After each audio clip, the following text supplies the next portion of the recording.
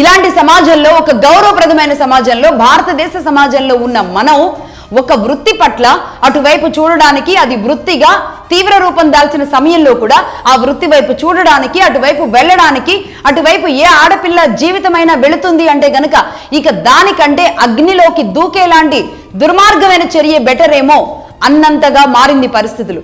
ఇక ఆ తర్వాత పరిణామ క్రమాల్లో దీనిని ఒక వ్యాపారంగా వ్యాపారస్తులే మార్చుకుంటూ వచ్చారు.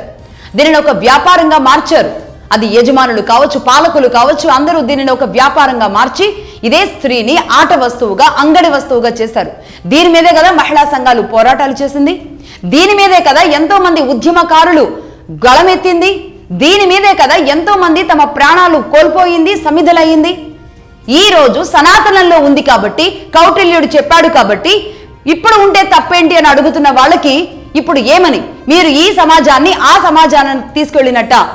ఒకటి లేదు, మీరు సనాతనాన్ని యాక్సెప్ట్ చేస్తున్నట్ట?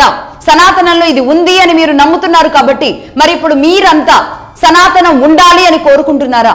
సనాతనాన్ని మీరు యాక్సెప్ట్ చేస్తున్నారా? సనాతనం రావాలి అని కోరుకుంటున్నారా? చెప్పండి.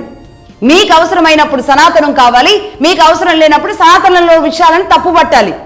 ఇప్పుడేమో సనాతనంలోనే ఇది మంచి పదంగా, మంచి విషయంలాగా దీన్ని తీసుకొచ్చి సనాతనంలో ఎగ్జాంపుల్ అని చెబుతున్నా ఇంత దుర్మార్గమైన చర్య ఎక్కడైనా ఉంటుందా?